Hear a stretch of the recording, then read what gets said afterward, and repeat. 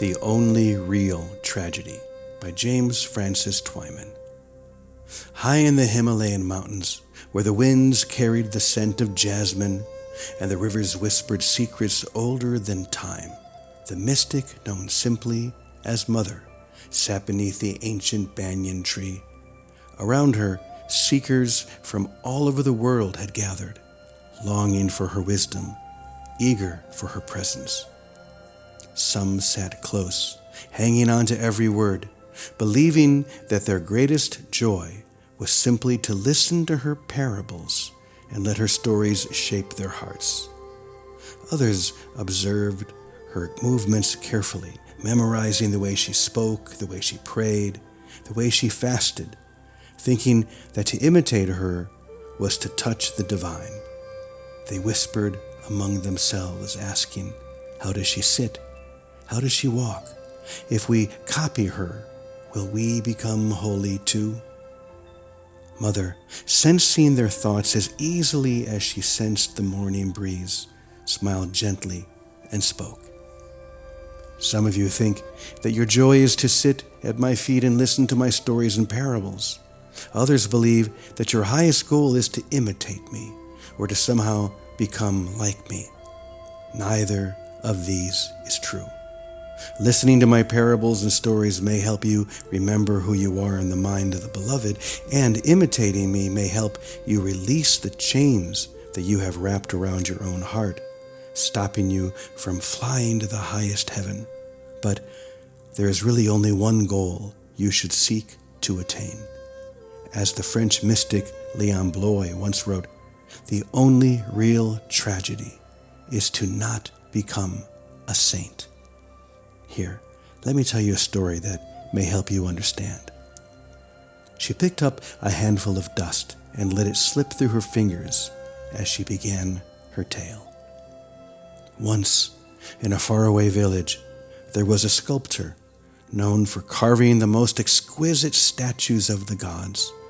Kings and saints alike came to admire his work, for his hands seemed to breathe life into the stone.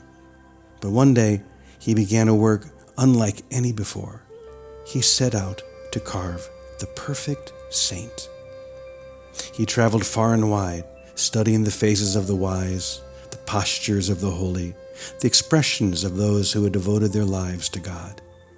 He observed how they bowed, how they walked, how they folded their hands in prayer. Then, with great precision, he began to carve. Weeks passed, then months, then years.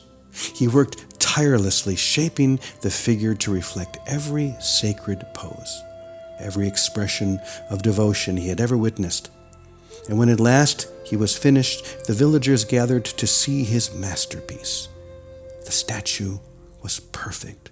It looked exactly like the saints of old. It stood in perfect stillness, its hands folded just so, its face calm, its form flawless. Yet, something was wrong. Though the statue looked perfect, it was lifeless. The villagers admired its craftsmanship, but felt no presence, no holiness, no light radiating from within. Disheartened, the sculptor cried out, "What have I done wrong? I followed every detail, every gesture, every form of the saints. Why does this creation not shine?" That night, as he sat before his lifeless masterpiece, an old woman from the village approached him. She had kind eyes and a presence that felt like the warmth of the sun after a long winter. She placed a hand on his shoulder and said, "You have made an image of holiness, but you have not carved a soul." The sculptor looked at her, confused. She continued, "You thought holiness was in the pose, in the imitation of those who came before. But saints are not made from stone, nor from mimicry. A saint is one who allows the fire of the beloved to burn away all that is not love, so that only truth remains. You were not meant to carve another saint. You were meant to become one. With those words, the sculptor understood. He had spent his life copying what he thought was sacred, yet had never surrendered to the fire himself. He had not yet allowed the beloved to shape him from within. And in that moment, he put down his chisel forever. The seekers sat in silence, absorbing Mother's words. She let them linger before she spoke again. Do you see? You were not born to be perfect or to copy me in some perfect way or in any other teacher. You were born to become the flame itself. The only real tragedy is to reach the end of your life and realize that you never became who you were meant to be, a living light, a vessel of love, a saint of your own making. You do not find holiness by watching it in another. You find it by becoming so empty of everything false that only the real remains. A soft wind passed through the ashram, and the seekers bowed their heads, not in imitation, but in understanding.